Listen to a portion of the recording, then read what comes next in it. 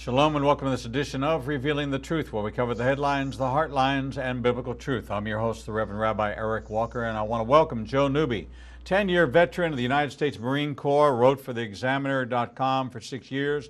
Articles have appeared in Newsbusters, Spokane Faith and Values. He currently runs the Conservative Firing Line, where he discusses important issues to conservatives. He's the co-author of Banned: How Facebook Enables Militant Islamic Jihad, and is the host of the Joe Newby Hour on the first Monday of every month, right here at the 12 o'clock hour on Revealing the Truth.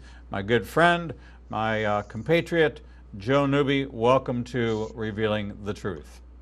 Good morning, Eric. It's great to see you again. Good to see you again. We had vacation, then we had trouble with I think we were blown off the air during that one storm, which was really bizarre because we're a studio within an office building, and we have all kinds of backup power just devoted to the studio. Right. So everything's going great, and we're fiber optic, and we go to the board, and we have backup power for the board. So the board's all lit up, everything is good, and we're saying, okay, like, what's the deal? And as we looked into it, the board in the upper room that feeds the building doesn't have backup power, and the generator doesn't kick in to run it. So we could be bright lights and ready to go, and we have no pipe. So they're actually working on repairing that because we were about to come unglued to our fiber provider that offers us 99.9 guarantees, 99.9% uptime that you pay for fiber optic. And it took us off the air, not just for one day, but for 3 days. Wow. The storm, the aftermath. Here we are in a major metropolitan landlocked city, and the aftermath of that tropical storm hit us harder than most other cities in its path. So we had, I think, 50,000, 60,000 without power for almost a week. And that hurts. That does hurt. So, Joe, I honestly do not know where to begin. I am literally overwhelmed with the I don't even know how to put it. It seems as if the Reverend Jim Jones has put his Kool-Aid, but a newer version of his Kool-Aid, into the drinking water of the American Democratic Party. And we are seeing fits of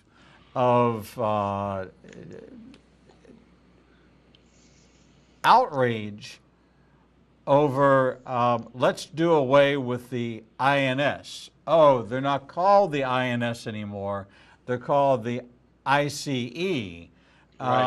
But the people who are protesting against the ICE don't know that they used to be the Immigration and Naturalization Service. And they didn't know that they were the ones that regulated my grandparents and my father coming and his family coming to this country, and Staten Island, and the process in which immigrants are processed, and the ones that adjudicate your citizenship and your path to citizenship and your credentials and your vetting and all those things that has been around since the almost the forming of our country as to how we were going to allow people to become citizens of this nation. So what they don't understand, Eric, is that the people that are protesting are the very ones who man these customs stations at airports, at every port of entry in the country. So if you've got now Kirsten Gillibrand from New York, Dick Durbin, some of these others, this socialist that just won a Democrat primary over there in New York. They want to abolish ICE, thinking that will stop family separations. Well, two things. Number one, President Trump already signed an executive order ending family separations, okay? And number two, ICE isn't the agency that's responsible for that. That's the Border Patrol people, not ICE. And when the Border Patrol does it, they do it because um, they can't verify that the person that the child is with is even their parent. Time magazine put out this cover. You want to talk about fake news? Time magazine put out this cover with this, little girl crying, and they made it look like Donald Trump was making this girl cry. It turns out that wasn't even a true story. The girl was not separated from her parent. Okay, the agent, the photographer, even admitted that the agent asked her to set the child down. The child was set down and started crying. Who knows why? You know, maybe she had a tummy ache. Maybe she just wanted to be picked up. Kids that age like to be picked up. Okay, who knows why? But even the photographer who took that picture admitted that the child was never separated from her mother. But yet you had the left buying into all this fake news, just like there were pictures put out of kids in cages. One picture turned out to be from 2014, when Barack Hussein Obama was president of the United States. All right, they blamed Trump. How stupid is that? They put out another fake picture of kids in cages. Turns out that the picture was all part of a ginned up astroturf protest against kids being in cages, which Donald Trump isn't doing. Okay? That happened during the Obama years, not the Trump years. Well, now you've got all these Democrats who now want to abolish ICE. Okay? They have officially come out. The Democrats, Eric, get this. The Democrats have officially come out against law and order. They've come out against law enforcement. They've come out against secure borders. They don't want a border, all right?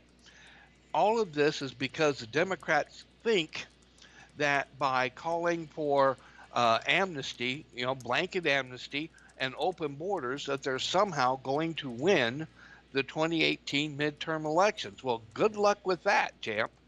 It's not going to happen. In fact, like I told you before we came on, I've come to the conclusion, Eric, that the Democrat Party is now at war with reality itself. I have this picture. I just came back from Israel, and when you come into Israel, you come into passport control. Right. That's our equivalent of ICE in America, Right. passport control. So imagine if you were able to board a plane, Saudi Air Flight 206, and you had a passport good enough to get on that plane, that without ICE, all the passport booths would be empty. Right. There would be no customs declarations. There would be right. no dogs, drug-sniffing dogs, no bomb-sniffing dogs, and anybody that could make their way to an American airport could make their way into the country. Right. That's what abolishing ICE would do. So to the logical, practical individual, I want you to imagine that your local international airport has empty passport control booths, that there is no way to know who has entered the country, because the airport in Riyadh doesn't send that information to America to say, hey, so-and-so is coming, you need to be made aware of that. There's no interconnection between these agencies. So it's just, it's ridiculous to call for the abolishment or the abandonment of a agency which provides such a good and valuable service, to double check and ask people, what is your purpose in entering this country? Are you carrying anything concealed? Are you smuggling? We find, if you ever look at what the ICE, about once or twice a year, they take a picture of confiscated goods being trafficked through airports, seized at airports. And there's some hundreds of pounds of heroin, some thousands of pounds of cocaine. illegal arms being smuggled in, antiquities and artifacts, Right. artwork, stolen jewelry, all kinds of things that are caught by these airport ICE agents, which are there. So this whole idea of abolishing it because of a border issue is just bizarre. But then you have the other aspect of this issue, and that is they want to give the vote to illegal immigrants. Okay. Yep. Does my citizenship have no value or meaning, have no standing in this Not to country? Democrats, Eric. Not to Democrats. Not to the radical left. Eric, look, the radical left, in my view, is openly working against the United States of America. All right? Let's put all this into perspective, shall we? Because you were right at the beginning. There are so many issues.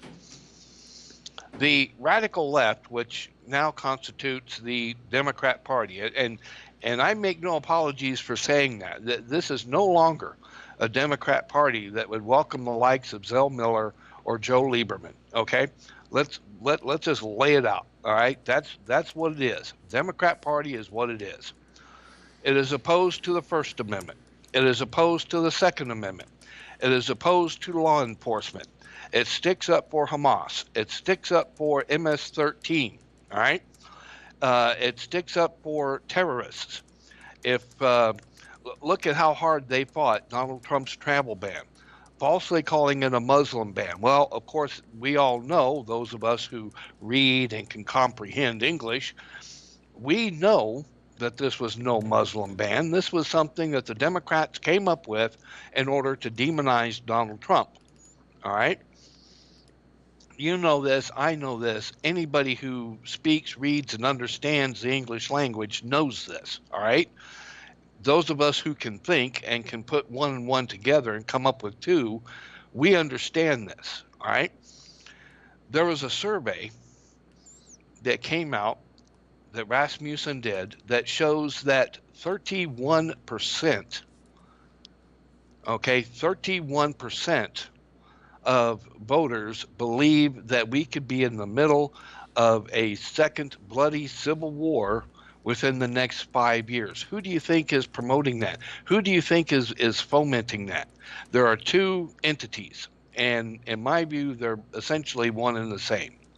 The media and the Democrat Party, or what I call the Democrat media complex. You've got CNN, you've got MSNBC out there. Just two of the many alphabet networks that are out there promoting all this fakery. There was another poll that said that the majority of the American people believe that most of what the mainstream media puts out is either false or misleading. Of course, there were like, what, something like, I don't remember the exact number, it was like 92% Republican, I think. But there was a good number of Democrats and a good number of independents that came out and said, yeah, we think that most of what the mainstream media puts out is either false or misleading, and it's being done intentionally. Mm-hmm. And I tend to agree with that. I've held that position for, gosh, years, okay? But now the American people are starting to wake up. And so I don't want to think, Eric, that we are at a point where we could find ourselves, in a second civil war within 5 years. I hope not. I pray that never happens. We had one of those once before, and it cost the lives of 600,000 Americans on both sides. It was not pretty, and we're still suffering from the aftermath of that. God help us if it ever comes to that. It won't be a regional thing like the first one was. It'll be literally neighbor against neighbor, brother versus sister, and on and on and on. So this is what the Democrat Party has brought us to, Eric. And I think the American people are this close to waking up and smelling the coffee and saying, you know what, it's time to get rid of this party. that is actively working, in my view, to destroy America. You know, the surveys are out there.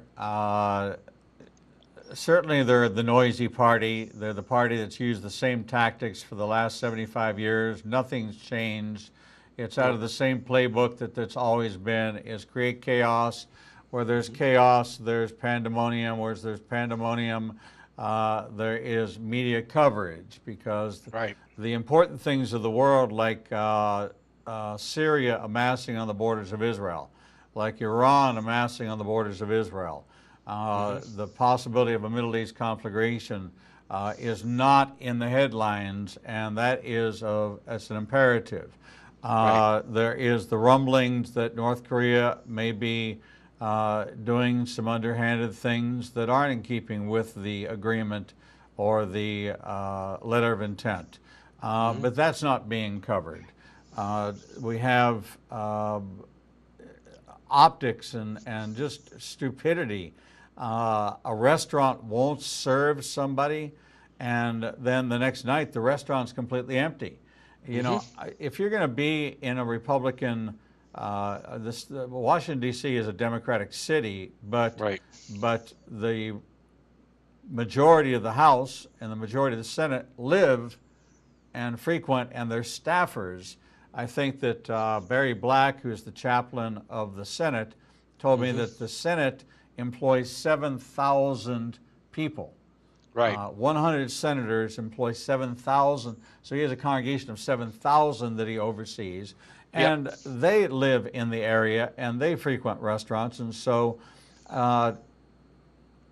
that's just, they cut off their nose to spite their face to reject or to oppose somebody who works in the Trump White House. And then the restaurant was empty the next night and the next night. And people are starting to vote with their pocketbooks, which is exactly what we encourage them to do all the time. But but this contagion of craziness, God bless you, along with this opening now on the Supreme Court. How's that going to play out? How do we get the Senate back focused on the business of the Senate to confirm a constitutionalist in a role where they can't get any legislation through the Senate that has anything meaningful to the American people? Well, this is going to take, I think, activism on the part of the average voter. I think voters need to contact their senators, especially if they're Republicans, and let them know politely that we will be watching, and encourage them to support a constitutionalist for the Supreme Court, and to not, obstruct the Supreme Court. Look, Donald Trump's entire cabinet, from what I understand, still hasn't been completely confirmed, appointed, or confirmed rather. And we're 500 days into administration. More than 500, yes. I mean, this obstructionism has gone on for far too long. And then you have knuckleheads like this Kamala Harris from California, who comes out and says, "Oh no, Justice Kennedy is retiring. That's the end of the Constitution," and all this nonsense. Give me a break. Give me a break. And then talking about what happened at the Red Hen, that restaurant where Sarah Sanders was had to leave because the owner felt that it was in her moral imperative to ask her to leave because she works for the Trump White House. Well, look, and by the way, Sarah Sanders isn't the only one. Kirstjen Nielsen, DHS head, and on and on. And then you have Maxine Waters from California. I like to describe her as the California Democrat obsessed with impeachment and conspiracy theories involving Russia.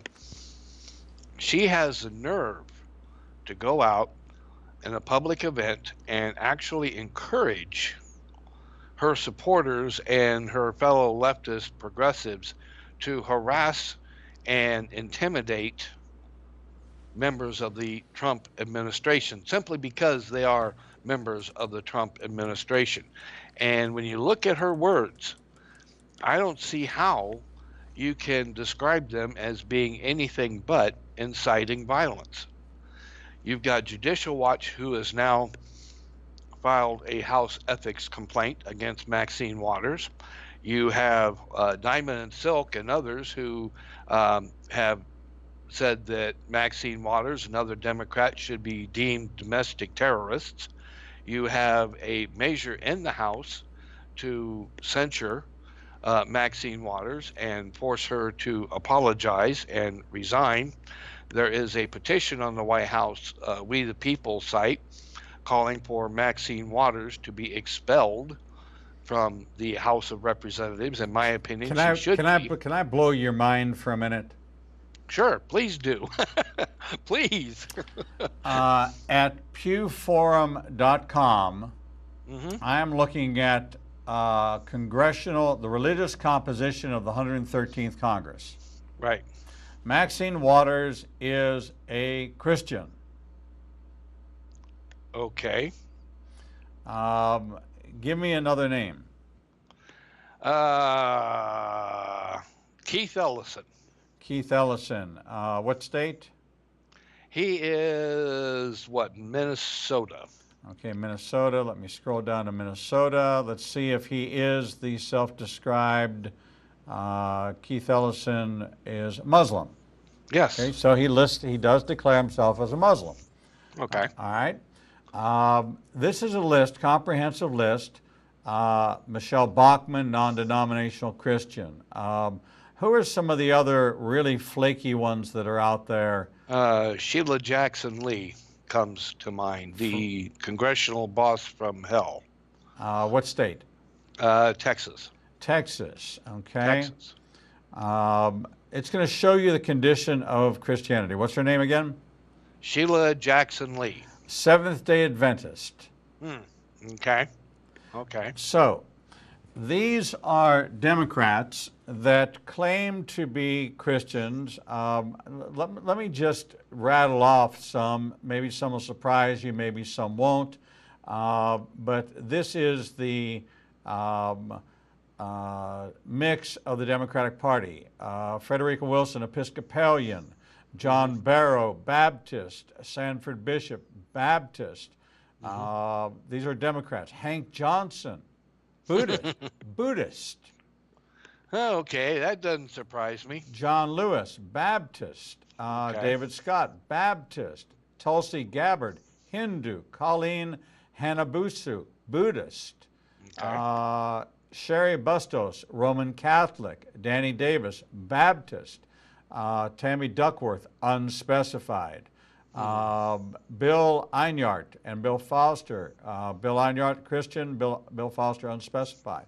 This is as much a commentary on Christianity that there could be as many Democrats. So we're talking about the liberal nature, the liberal side of Christianity, which would be considered to be the non-adherers to the biblical definitions of Christianity, but the man and social mores and values of Christianity versus the biblical values of Christianity.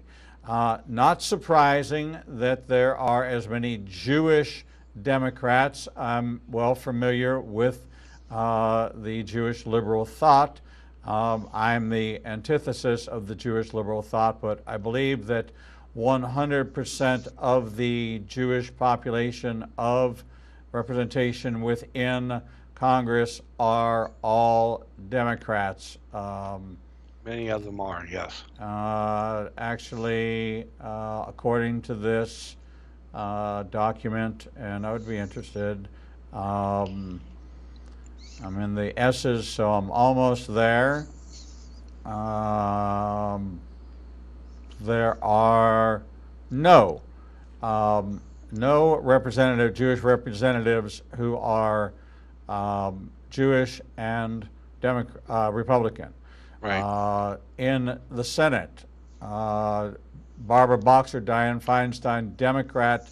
Richard Blumenthal, Democrat. Brian Schatz, Democrat.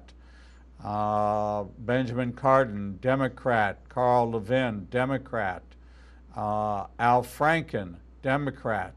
Well, he's no longer in the Senate, neither Right. is Boxer. Yeah, But Frank Lautenberg, Democrat. Chuck Schumer, Jewish Democrat. Ron Wyden, Democrat. So what we're seeing, Bernie Sanders, Independent, not a Democrat. So what we're seeing is that religious affiliation is actually this huge issue about evangelicals taking over our democracy, our republic, is refuted by the number of Democrats who claim to be Christians. right. And, and that doesn't surprise me. Look, I will never forget, as long as I live, being told by a rather liberal pastor of a mainline denomination that the crucifixion story bothered her, and she didn't like to talk about it much because it was violent, or it is violent. And I'm thinking, well, yeah. But crucifixion is extremely violent. But she would be the same defender of the Palestinians' right, who are led by a group called Hamas, which in Hebrew means violence. Right. So that's the violence of the crucifixion, which brings about our salvation, and the violence of Hamas. She'll support the violence of Hamas, but she's upset about the violence of the crucifixion. These are the house divided against itself cannot stand kind of theologies. We're talking with Joe Newby, author of Banned: How Facebook Enables Militant Islamic Jihad.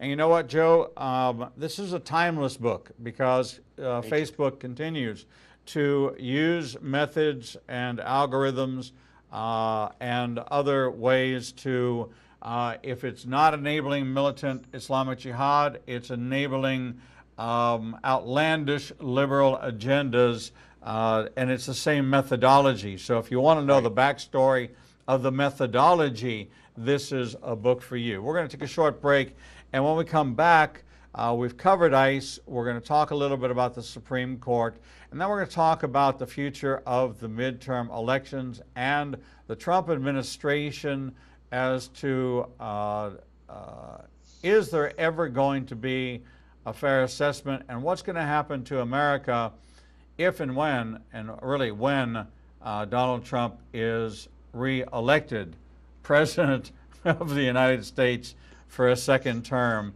And is there any link between the Donald Trump presidency and the suicide rate, which seems to be on the increase? That and more when we return from this break. Back. Shalom.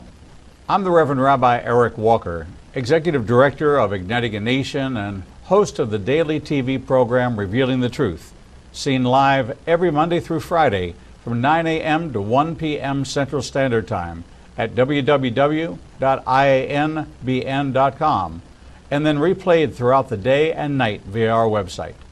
All of our segments can be seen on the Igniting a Nation YouTube channel. Since our launch in January of this year, we've expanded our global reach to over 54 countries with a social media following of over 125,000. Our commitment is to bring you the most in-depth interviews with authors, subject matter experts, and thought leaders from around the world. We have interviewed guests from Israel, Brazil, England, India, and all across North America. All of our authors are featured on the Books and Media page on our website, www.ianbn.com. There you can find a direct link to the book you want to order, and we receive a small commission directly from Amazon. There is no cost to you for this service. In addition to our daily teachings and interviews, we make available to you the archive of all of the interviews on our YouTube, Facebook, Twitter, and Instagram channels. Our live program is available from our homepage, and there is never a charge to you for any of this access. We made the decision long ago that we would remain a commercial-free resource that would not be influenced by any pressure from any outside company. There are only two ways that we are able to continue to operate this ministry and provide you with the only live 4-hour daily Christian television talk show program. The first is through your support and tax-deductible contributions to Igniting a Nation. These can be made directly through the donate button on the website or sent through the mail to Igniting a Nation, 2700 Corporate Drive, Suite 120, Birmingham, Alabama 35242.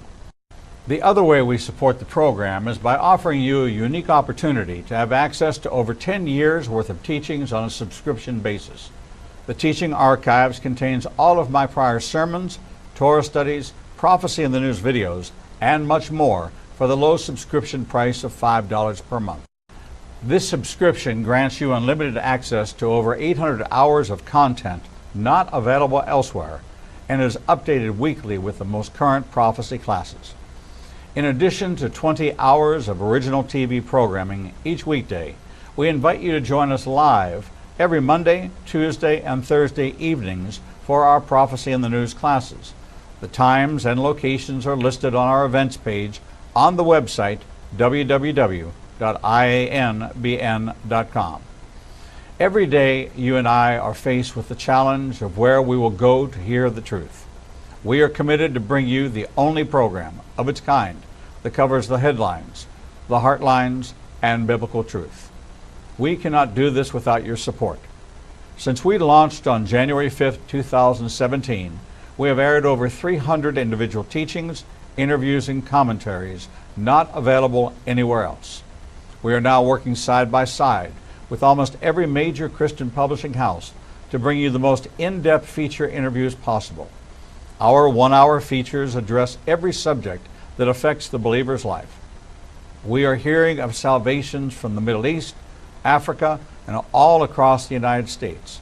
Lives are being changed every day, and we have only just begun.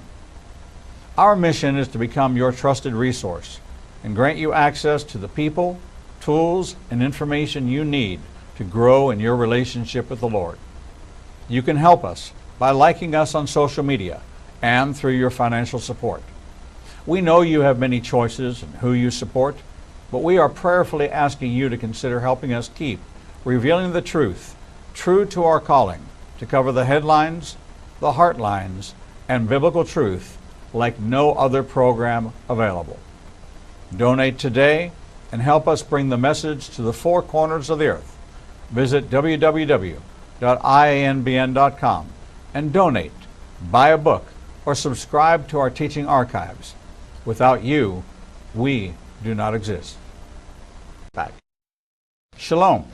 I'm the Reverend Rabbi Eric Walker, Executive Director of Igniting a Nation and host of the daily TV program Revealing the Truth, seen live every Monday through Friday from 9 a.m. to 1 p.m. Central. Shalom and welcome back to this edition of Revealing the Truth, where we cover the headlines, the heartlines, and biblical truth. I'm your host, the Reverend Rabbi Eric Walker, and we're talking with Joe Newby, author of Banned: How Facebook Enables Militant Islamic Jihad, and host of the Joe Newby Hour, seen here on the Igniting Nation Broadcasting Network on this edition of Revealing the Truth on the first Monday of every month at 12 o'clock Central Time. Joe, welcome back to the program.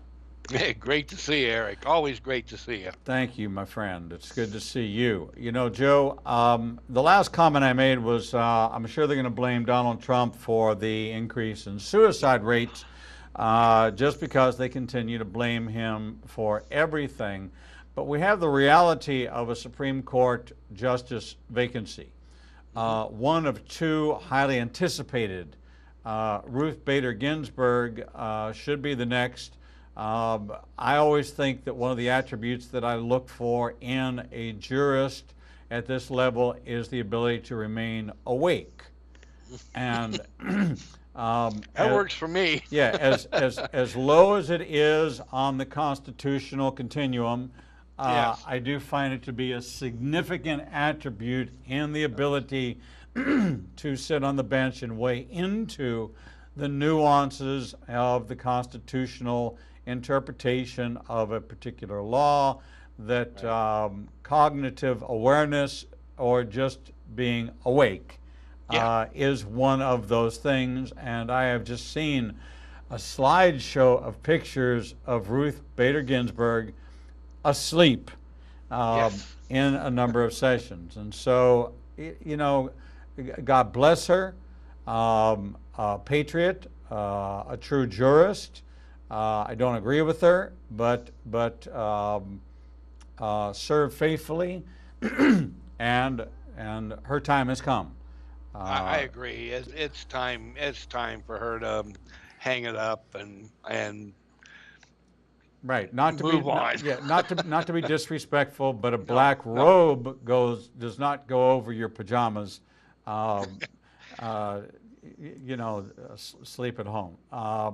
But it does bring up a reunification of the Republican Party. We get through a lot of distraction with the Democratic Party, but there is a call for civility. There is a call for unity within the Republican Party, and Mitch McConnell has a responsibility to pull the Senate together. There have been 25 names on a list for 2 years. Mm-hmm. Those names have not changed, and now the top 5 will be released a week from today, and we have a strong guess that several of them will be female appointees. One of them a minority female appointee, which, hard to argue with the logic, reason, and wisdom behind a jurist who comes from a diverse background and meets all the qualifications. So the media has already had their opportunity to vet. The media has already had their opportunity to lambast or to do their exposés. Star Magazine, the National Enquirer has already had an opportunity to line up their informants. Their Photoshop factories have already been hard at work to superimpose these individuals. But the reality is the Republican Party, one, in order to win the midterm elections, and two, to get a vote, needs to straighten up and fly right. Mm-hmm. What's it going to take to pull it back together? Again, and this is what I was saying before, and I wholeheartedly believe this, Eric. I think that the American people, those of us who understand what is at stake, those of us who understand what's going on in Washington, D.C., need to, as politely as we possibly can, contact our senators and let them know that they need to get their act squared away. They need to come together and they need to fill that seat on the bench. That's what it's going to take. If we can get a few million people to call the Capitol switchboard, maybe even melt it down and say, hey, once we know who Donald Trump is going to nominate for this position, and once we've had a chance to say, yeah, we like this person, or no, we don't, if if the majority of us can say, you know what, yeah, I like 85 or 90% of everything this person stands for. I don't care, man, woman, black, white, green, purple. I don't care. What I care about is one thing and one thing only. Does this person support and will uphold the Constitution of the United States? I don't care about anything else. Okay? Yeah, Roe v. Wade is a big stickler in my craw. All right? I don't want to get into arguments about that. If the Supreme Court came out right now and said, you know what, Roe v. Wade is overturned, it's not the end of the world. All that does is put the issue back where it belongs, and that is in the states. So if California wants to have unfettered abortion for any reason or no reason at all, until even after the moment of birth, that would be their right to do so. All right? Those of us in Idaho who, we tend to be more conservative, more pro-life. If we decide we want to say no, then that should be our right as Idahoans. If you in Alabama and your fellow Alabamians say we don't want abortion, hey, that should be your right. Okay, that's this thing called the 10th Amendment. All right. Now we can argue about how Roe v. Wade was decided. I have some insight into that, but you know what? I care about one thing and one thing only, Eric, And I think most of us on the right care about the same thing. Will this person uphold the Constitution of the United States? Yes or no? Does the First Amendment say what it says? Yes or no? Does the Second Amendment say what it says? Yes or no? That's it. That's it. Does this person support the Constitution?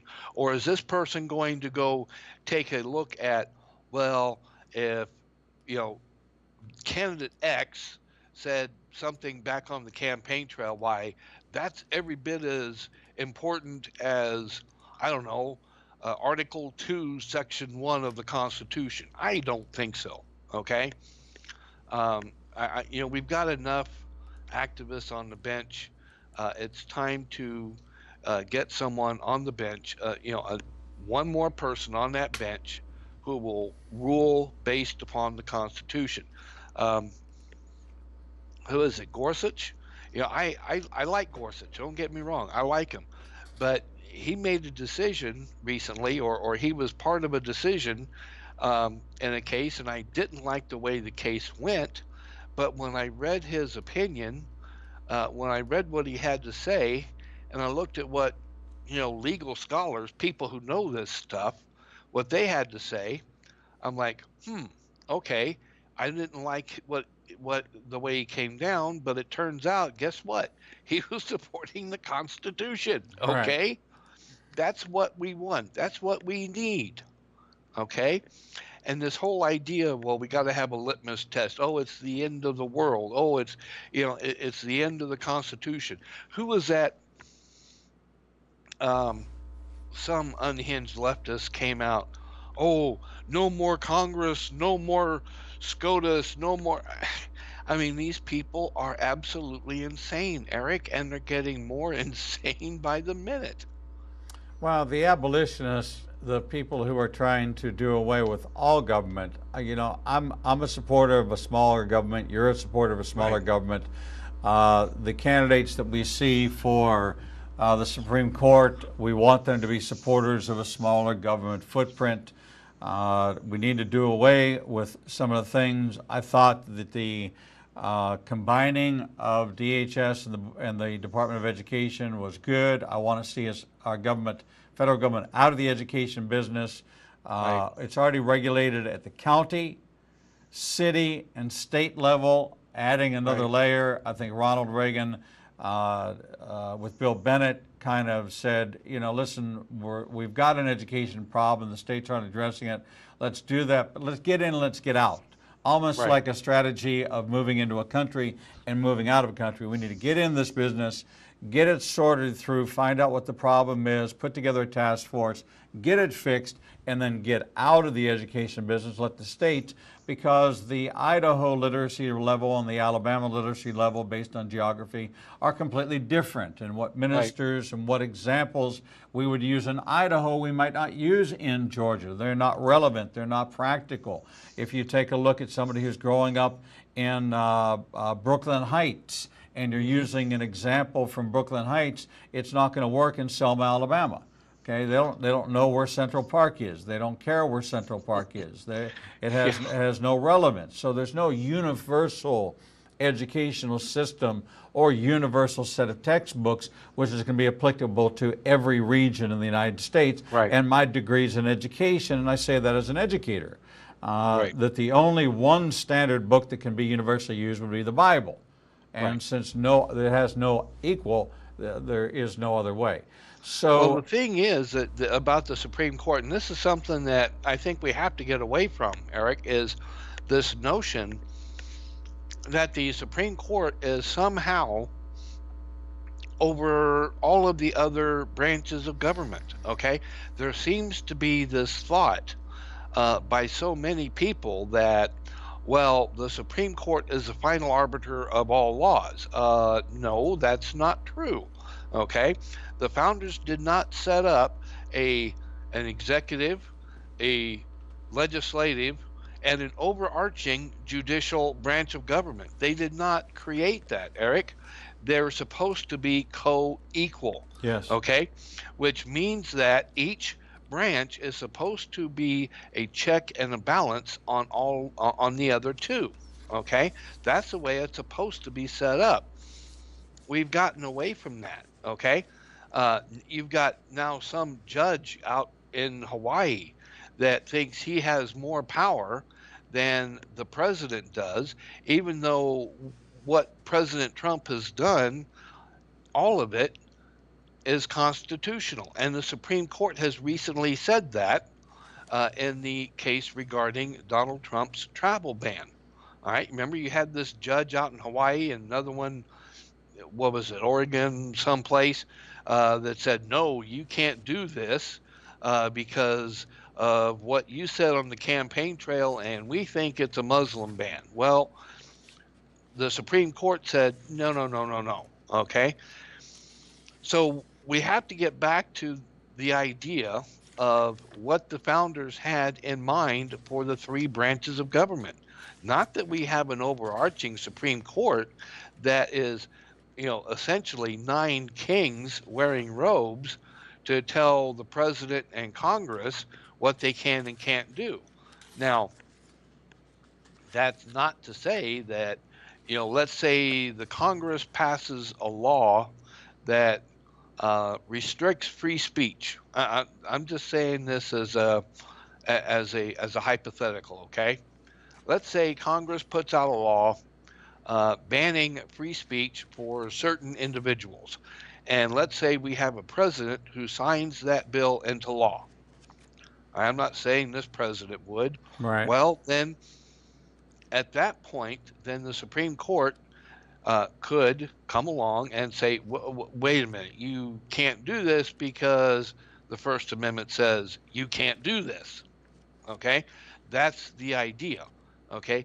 That each is supposed to be a check and a balance against the other two, and not that one is more powerful than all of the others. But what we have now is we have this idea that the Supreme Court is essentially a 9-person oligarchy that can determine whether or not what Congress does is legal or not. See, and this this is the irresponsibility of media.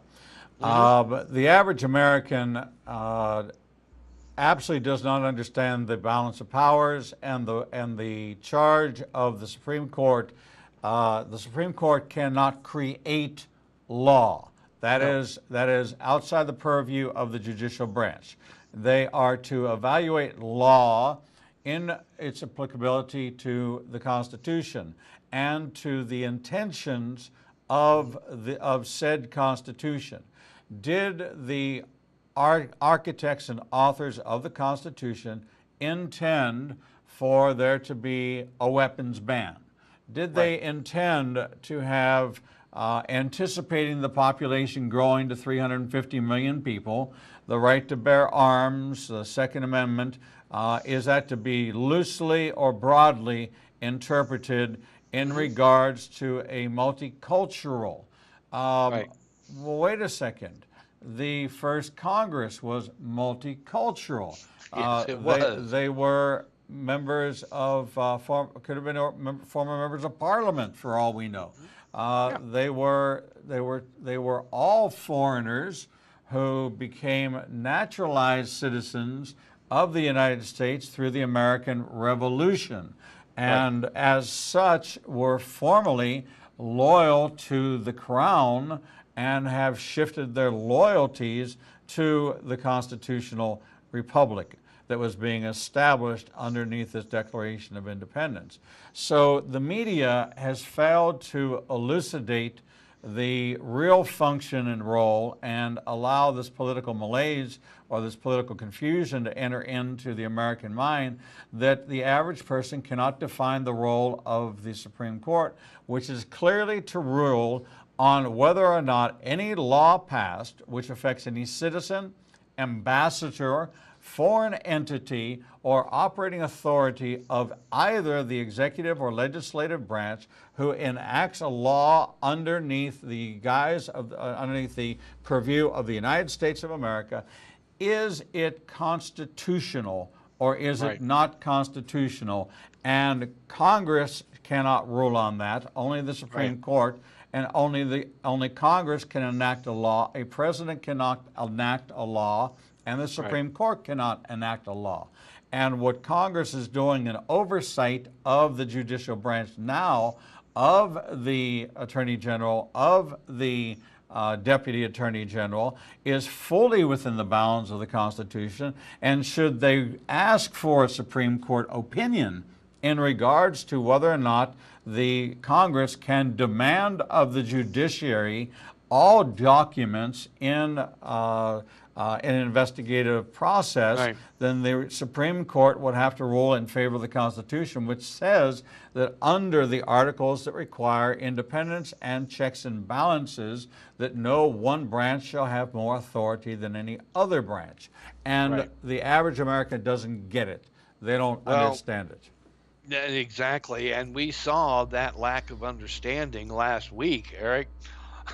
The Supreme Court came down with, what was it, 3 different decisions that just sent the left into absolute orbit. The decision saying that, if you are a government employee and you're not in a union, you don't have to pay union dues. Imagine what that did to the Democrat Party coffers. I mean, that has to hurt. The decision with the was it the Masterpiece Cake Makers Bakery Right. and yeah, look at what happened there. I mean, the left went absolutely nuts over that. So, Joe, guess what happened? I think we're seeing just a hint of what can happen when you have people on the court who understand and respect and will rule based upon the Constitution. And the left doesn't like it. Amen. Amen. But Joe, guess what just happened? Oh, no. We ran out of time. Oh, no. We get fired up and we get so excited about seeing each other and talking to each other, and it's just pure joy to have you on the program. I love being here. Well, we love having you, and you're such a good friend. We've been talking with Joe Newby, host of the Joe Newby Hour, right here on the Igniting Nation Broadcasting Network. You can watch the Joe Newby Hour on the first Monday of every month at the 12 o'clock hour, and you can find Joe Newby's interviews all on our on our YouTube feed. Just go to the Igniting a Nation YouTube channel, along with hundreds of thousands of other people who have viewed our videos, and just type in Joe Newby and you can catch up on this. Also, subscribe to the Conservative Firing Line at conservativefiringline.com and get yourself a copy of Banned, How Facebook Enables Militant Islamic Jihad. Joe Newby, always a pleasure and a privilege, my good friend, to have you with us. I'll see you in September. Sounds good. No, I'm sorry, I'll see you in August. No, August. Yes. August is the next month. All right, I'll see you in Yeah. August. God bless you, my friend, and thank God you for bless. being with us. And that brings to an end our live broadcast day, but you can watch through our web portal at www.ianbn.com or ignitinganation.com. Whichever one you want to use takes you both there to the web portal, or you can watch the rebroadcast of today's programs all the way through tomorrow morning. Until we see you on Facebook, Twitter, Instagram, YouTube, or at the website portal, we bid you shalom.